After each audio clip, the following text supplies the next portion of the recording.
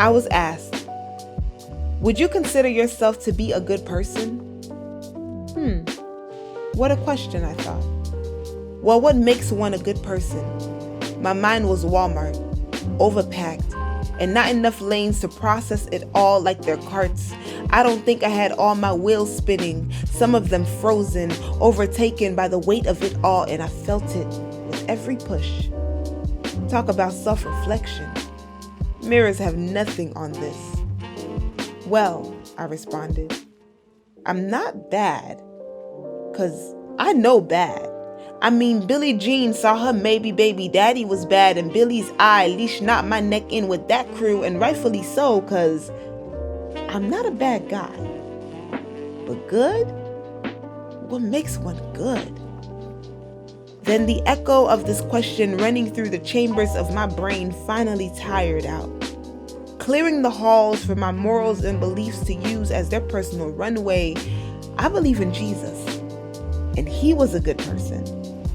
As a Christian, I try to live out his values at full appraisal, loving people, treating them how I want to be treated, like 90s Nickelodeon. Jesus was about all that, and forgiveness. I feel that planet Earth should be trained by Planet Fitness, #no judgment zone. So, am I a good person?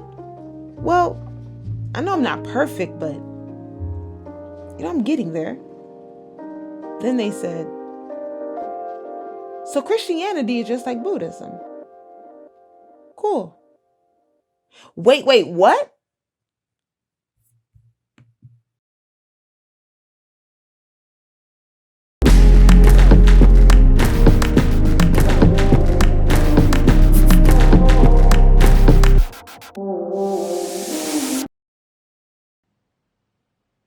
Hey guys, I'm B.lovD, and welcome to Short Poem Meditation, aka SPM, where we meet every first and third Wednesday to go over a topic related to the Christian faith. And in this SPM, we are going to talk about being a good person and how the Christian faith attributes to that, or how we believe, I should more so say, we believe that the Christian faith attributes to that.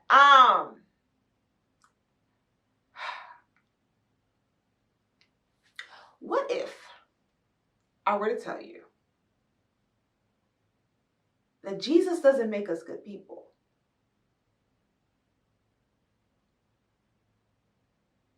What if I were to tell you that having Jesus in your life doesn't mean that you're a good person? What if I told you that Jesus isn't concerned of you being a good person?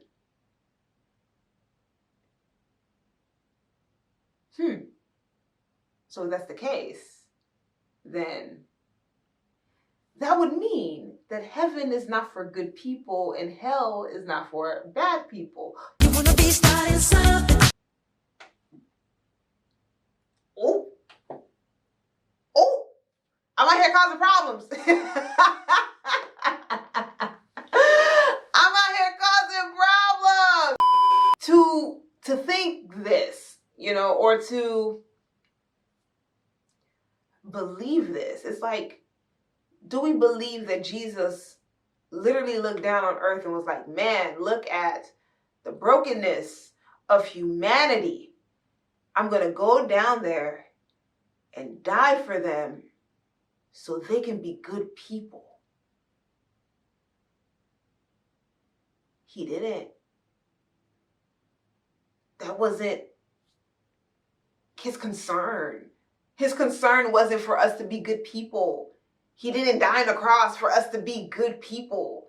He didn't tell us, hey, follow me and be good people, and even then, this whole good person thing, how do you even define, what even is that, right? So I Googled a good person, and Google said, let me get the exact definition for you. It said, that a good person is defined as an honest, and every definition I saw, honest was like the first word on there. Like, woo, y'all not playing about this honesty thing.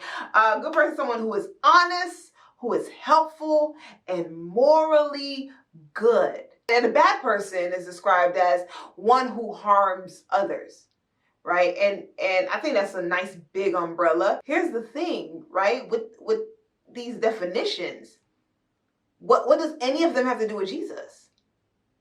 Where does Jesus fall in any of this? Like, do you need Jesus in any of these things? You realize that the definition for a good person, definition for a bad person, they're all based upon decisions and actions that people take, aka your works. If what I do is what makes me a good person, I don't need Jesus for that. A lot of times we'll be like, well, are you a good person? We'll be like, well, I'm not a bad person. You know, like, I ain't out here murdering people. I'm not here harming children. You know, like we'll just, and realize, once again, works, things you do. So if Jesus doesn't make us good people, what does he make us?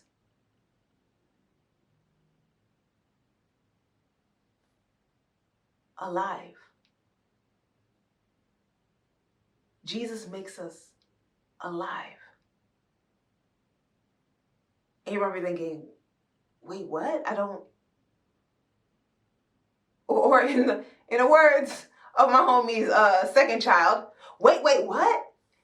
Right? He makes us alive, right? And so you might be thinking like, but I'm alive, but I'm breathing. What do you mean he makes me alive, or he makes us alive, right? So let's go ahead and let's jump into the good book. Come on, man. We're going to jump right in there. Bloop, jump right into the good book. We're going to be in Genesis 2:17. And it reads, "But you must not eat from the tree of the knowledge of good and evil, for when you eat from it, you will certainly die." So here we are in the garden, right? I believe a lot of us overlook this verse, or we kind of like run past it because a part of it may not make sense to us, right? Because they ate the fruit. They did. And then one of them dropped dead. Now, not any of them. Now one of them dropped dead. Like, let me change my vernacular real quick. Neither one of them dropped dead. Neither, none of them. All right? None of them dropped dead. Neither one of them dropped dead. Right? And I think it's time when we read that, we just think, okay, like, so there wasn't going to be any death, and this is true, until they ate it, because Adam lived on to be, 930 years? You know, and then he died. So like, okay, so instead of you living forever, now you only live for 930. But let's read the text here. It says, when you do it, you die. Not if you do it, you will soon die. Not death will be coming. It's when you do it, you die. Or another version says, in the day you do it, you die. And it doesn't just say die. Like, I like this version. It says certainly die, because that helps a lot to understand Shirley better, because Shirley be out here, right? You will surely die. Like, where's Shirley? Shirley Temple, Shirley Caesar, like what? Which, okay, you know, Shirley. Which Shirley?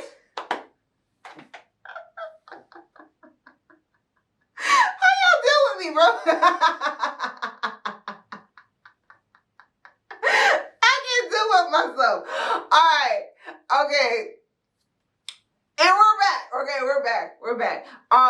Yeah, so it says surely die, and surely here means certainly. You will certainly die. It's not wavering. It's not a maybe. It's not an if. It's this is what is exactly going to happen if you do this. And here it says, when you eat it, you will certainly die. It's not something that's going to happen later. It's not something that's going to happen soon, but it's a consequence that they are going to experience immediately. Immediately. Immediately. We need to understand that. Immediately.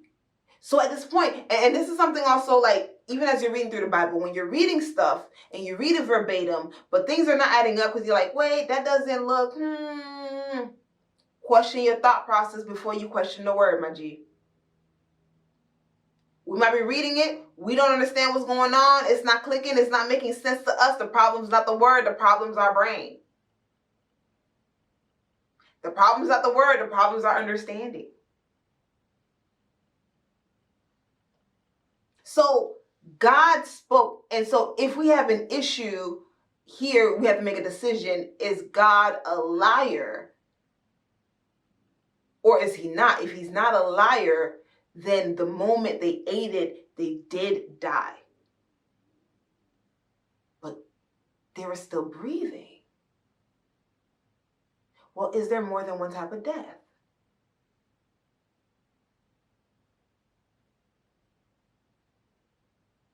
There's even more than two. I don't think I'm going to go into all that and breaking that down. But there is a death that they experienced at that very moment. And the physical death that we see, that, you know, there's funerals for, and all that we experience, that we acknowledge, that one is to show us what actually happened spiritually. All right. I got me a sheet of paper, y'all. Y'all welcome Zelma. Zelma, my assistant. There's a sheet of paper here. All right, cool. That shout out for, okay, like I don't know if the Gen Z is would understand that. Anywho, we're just gonna leave that alone. All right, so this was Adam and Eve, right? Right? You see them out here? Out here living La Vida Loca, all right? Yeah, they're here. Okay, the day you eat of the tree of the knowledge of good and evil, you will certainly die. What? I want to be like God. Okay, you ate of it. Oh, snap-a-roo. Would you looky there? The state that they were in, they were whole. They were whole. They are no longer whole. Now there's a brokenness. And this brokenness is spread out to everything else, right? Here's the thing. If I want to use a sheet of paper to print, I can't. It's trash. I cannot print an entire sheet of paper on this. This is garbage. So if I see this, it is doomed. It is doomed to be thrown in the garbage. It itself is garbage. I can't do anything with this. And you know what else? Out of this paper, I cannot produce that same long whole sheet of paper that I had before. The only thing that I can produce out of what is torn are more torn pieces. That is all that I can give out of this. I cannot, out of this, I cannot produce this. I could take this, I could glue it. Listen, I could scrapbook this thing, all of that. But the most that this can be is mended. It can never be whole. It can never be this whole sheet of paper ever again. The most it can be, when I add all my little adhesives and all that stuff, is a mended sheet of paper. That was ripped, but it'll never get back to this state. And so here Adam and Eve are, right? They cannot produce this. So every offspring, every other human being, all we get at most is this big chunk, but we're so broken that all we do is we keep breaking more and more. And there's people who they go at it like, I'm just going to tape it up. I'm just going to glue it up. Okay, cool. But it's a whole mess, because even with all that tape, even with all that glue, even with all these different techniques that you're doing, I cannot put you through the printer. I cannot. I still can't put you through the printer.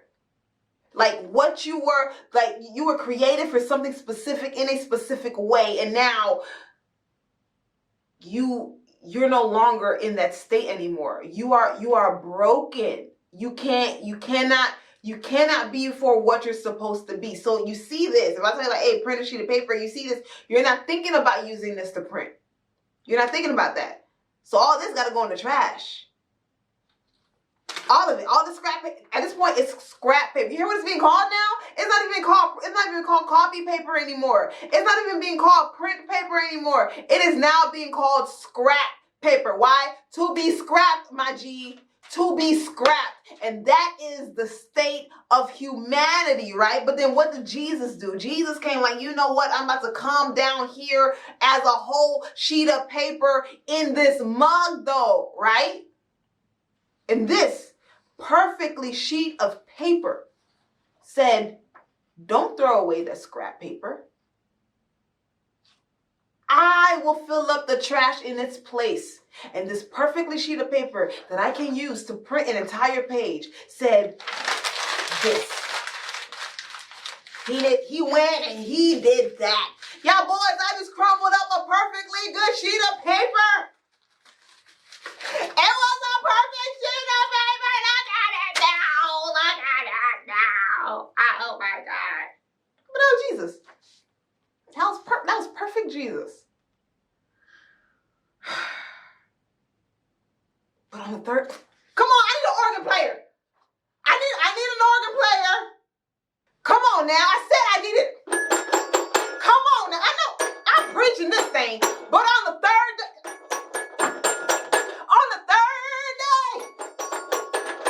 hey, he rose up again. Listen. He rose up. Hey, he took our place. Come on now, I know I'm preaching this thing. I know I'm preaching good. I'm not gonna lie, hard side note. So, right, I almost went and 3-hole punched the sheet of paper so I could be like, oh, look, the holes in Jesus' recipe.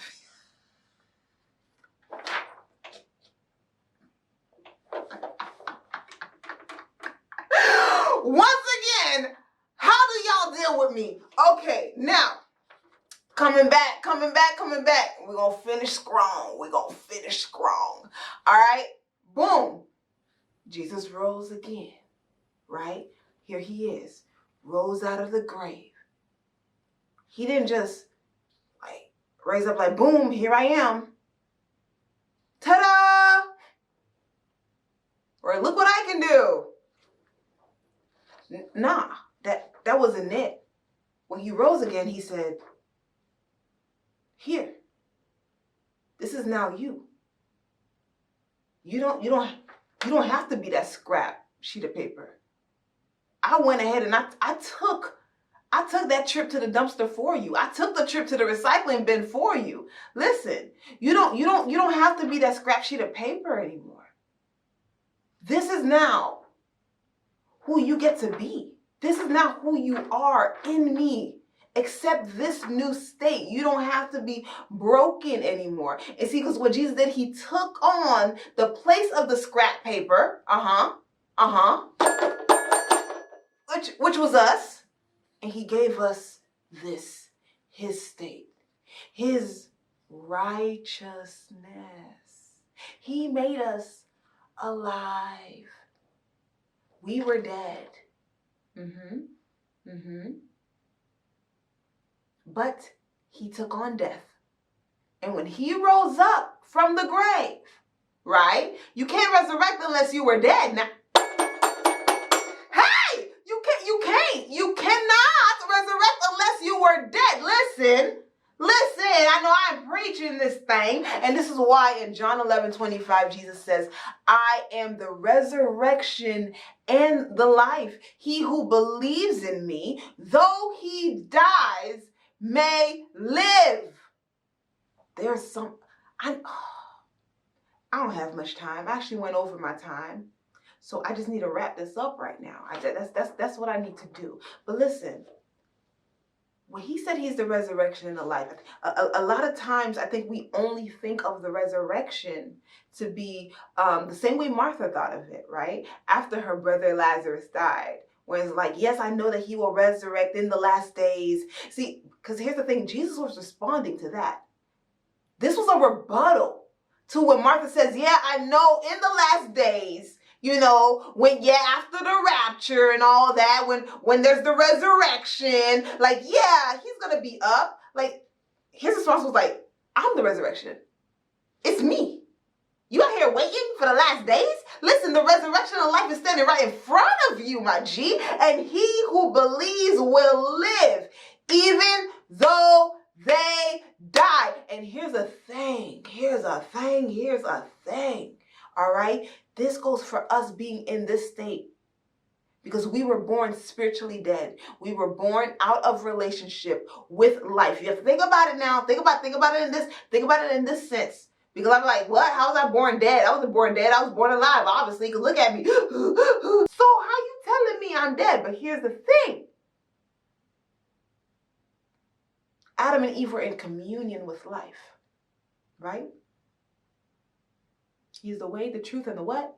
And the what? And the life. Jesus said right here, he's the resurrection and the what? And the what? And the life. So hear what I'm saying. Life, understand who I am talking about, right? Adam and Eve were in communion with life. And after they ate this fruit, they were no longer in communion with life. They were no longer in relationship with life. They were separated from life. When you are separated from life, what are you? You're dead. You're dead. They were dead. Nobody is born in communion with Christ. Nobody is born in relationship with Jesus. But guess what? We get to be born again. Listen, being born of the first Adam, we come in scrap paper, but being born the second Adam, my G, we are whole. We are whole. Jesus doesn't make you good. He makes you alive. He took on our sin. He took on our filthiness. And he did what? He gave us his righteousness. That's why Jesus died on the cross. That's why Jesus was in the tomb. That's why he rose again. That is why. When you declare that you are a believer and a follower of Jesus Christ, understand what you're declaring, understand what that makes you, understand the state that you are in. When you accept Jesus into your life, understand we're not doing it to be good people. We're doing it to be alive. To be alive in him. To live in him. What I do want to say is, if you are wondering, what does that look like? What does that mean? Okay, I'm alive in him. Like, wait, what? Like, how do I live this life in Christ? What does that look like? And once again, like, that's a whole different conversation. But I do want to say this. I do want to invite you to be a part of the Bible readings that I am doing. Every day we are reading 3 chapters a day. The goal is to read from Genesis to Revelation. Join me in that. Because as we're reading, we're not reading so that we can learn all the commandments. We're not reading so that we can be a preacher, a pastor, so we can write a dissertation. We're reading this book, this Bible, that is telling this one story, the one story of Jesus, our Redeemer. You see, Jesus, our Redeemer, the one who came to redeem us, this Jesus, the entire Bible is telling that story. And we are reading it together as the story of Jesus, our Redeemer. I invite you to be a part of that, because in reading this, we are learning who he is. You want to live in him? You want to live this life? Well, come and meet him. Come and receive revelation of who he actually is. Meet him for yourself. Meet him for yourself. All of the info that you need, it is in the description. I went over it in the last SPM. Go ahead, you can check that one out. Go ahead. Check. Come on now. Do like Nike, bro. Give me a Go ahead, check that one out. All right, check that one out. Everything in the description. Check out that video. I go through everything, and on every single Wednesday at 7:30 on my IG Live, we meet together to go over the revelation that we have received of Jesus Christ. Also, the things that He is revealing about us as He reveals His nature, so that we can surrender and trust Him with our problems, with our hearts, with our lives, with everything, right? In fact, we are meeting right now, right after this. See, the thing is, I went a little longer on this one. I blame it on the paper analogy. Went a little longer, but we're meeting right now. I'm about to get off so that you can meet me on IG Live. That info's right. It's in the description as well. Come and join me. Even if you haven't done the reading yet, just come. Because we are going to encourage one another, and we are going to share revelation on this Jesus who came to die for us, that we may have life and have it more abundantly. Remember to allow yourself to be loved by God, allow yourself to be loved by self, and allow yourself to be loved by others. Come on now, we get on this live. We get on this live right now. Come on now. Come on.